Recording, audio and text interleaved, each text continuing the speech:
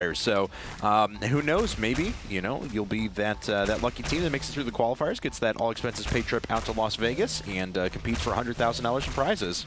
Yeah, so obviously it's anyone's game. The game is still in beta, so there's no reason not to go ahead and try and get a team together, start participating, especially if you do have some FPS experience. Most of the teams that we see in this qualifier have lots of Quake Live and former Counter-Strike 1.6 players manning these teams. So we let them know that we're ready. All they have to do now is ready up, and we'll get this second match, this second BO3 started here. Okay, and it looks like Wins and Sturmy are the only ones who have to ready up now, so we'll get going here in just a second. Sturmy the last one, and the final countdown will begin.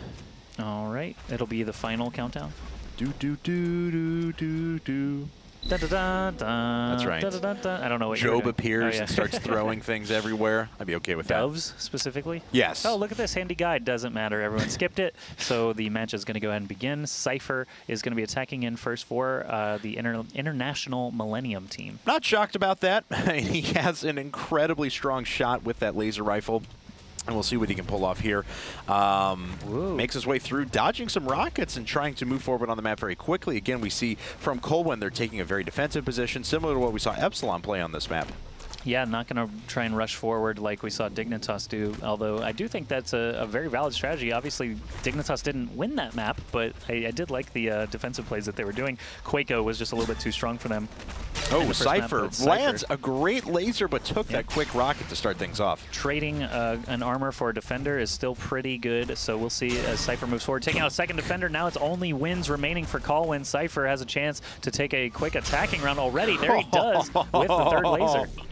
That was a little bit disgusting. And you see now, obviously, these guys are very seasoned FPS pros. They've been in the scene for a really long time, specifically with Quake Live, but they are absolutely on point with their shots. And first attacking for Colwn is going to be AKM. This player actually just joined Colwn not long ago, so I'm a little surprised to see him being put on point to be that first attacker. Again, as we mentioned in the last best of three, that the first attacker also is attacking fourth and will most often be able to get two attacking rounds in rather than just one like his teammates. So he had an open shot on Keeper, missed the first one, but did land the second one. Kind of a questionable position there. But then lands a great laser over the top. Oh my goodness. And then a third in a row, and two attacking rounds have been taken in a row. Colwn, unfortunately, Cypher out of the game. We don't know if he was kicked or what the issue was. We'll get him back in here in just a second. So sorry about that, but still, that was a pretty ridiculous way to start this match. Okay, so Sturmy actually saying question mark, so we don't know.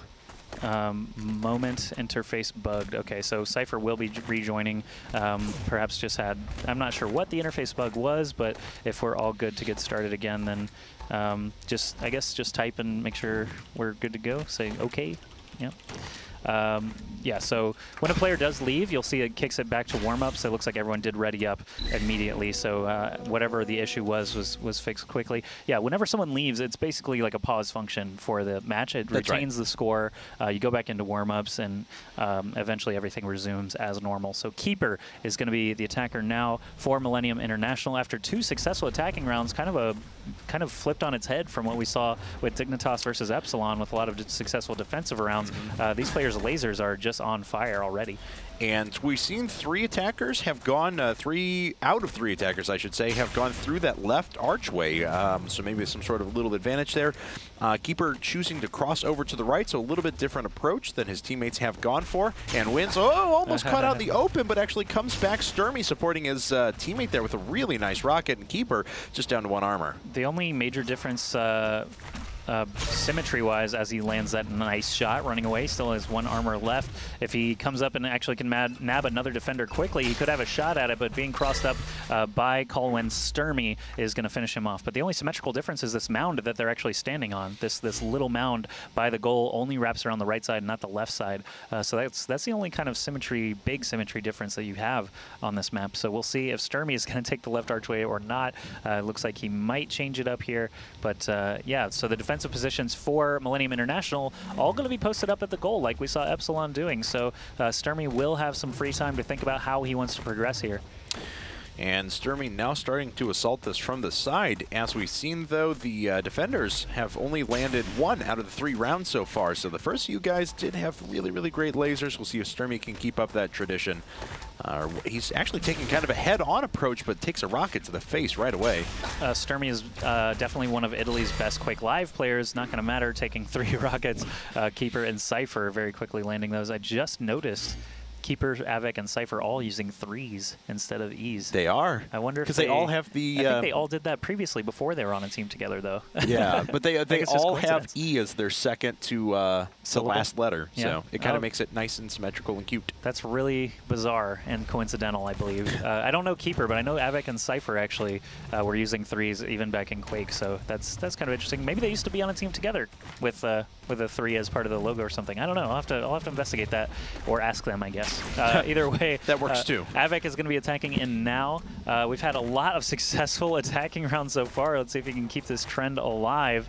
Has it been 2 attack rounds for both teams already? No, just it was 1 attack round for each team and then 1 defensive round for each team. So Avik, though, landing a very nice laser, picks off wins right on top of that little hill that you were talking about before. Not sure where both defenders are. There we go. There's 1. 2 armors to 1 defender. Showdown situation. We'll see if Avik can get on the goal here. He's starting to capture it and lands the shot. That's a 3-2 advantage at the moment for Millennium. All right, Millenium.int doing some work here. Cypher with that first successful attack round, now Avik. So it's going to be up to Wins, the 3rd attacker now for Colwn, to try and get something going.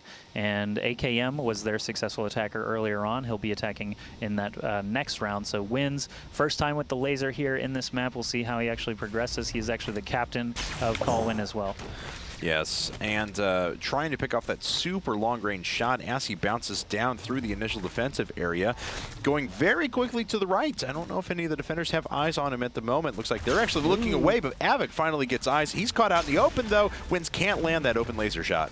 Man, this is a very evenly matched map so far. Archways, it is pretty balanced. I mean, it's kind of tough on attackers because there is kind of a long lead-up. Nice hit there from Wins, but as you get closer to the goal, it actually favors offense a little bit because it's so open. So now, Wins is actually going to have a pretty open shot. We are in a showdown now, Cypher versus Wins, but Wins nabs the great laser there to finish off the round. And apparently you were just prophetic because now both teams have 2 attack rounds apiece. So it's actually been 4 attack rounds, 2 defense rounds. That's what I meant to ask. Yes. I knew it was going to happen. But Cypher, with a great round to kick us off earlier, does have another shot to put Millennium International up another attacking round.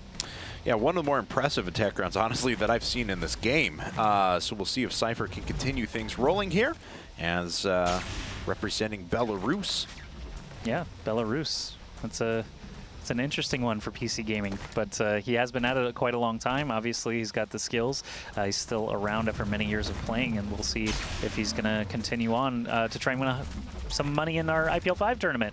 As he moves up closer to the goal, this is a different defensive look, and 2 rockets coming actually from AKM behind that tree. We haven't seen anyone really use that tree yet, so Cypher not able to kill anyone down, only has 1 armor remaining, and there's the last one from Wins again. Yep, so a little bit of a reversal. AKM actually sitting with really nice position back behind those trees there, was able to pop off 2 rockets in a row, get that famed double tap, so to speak.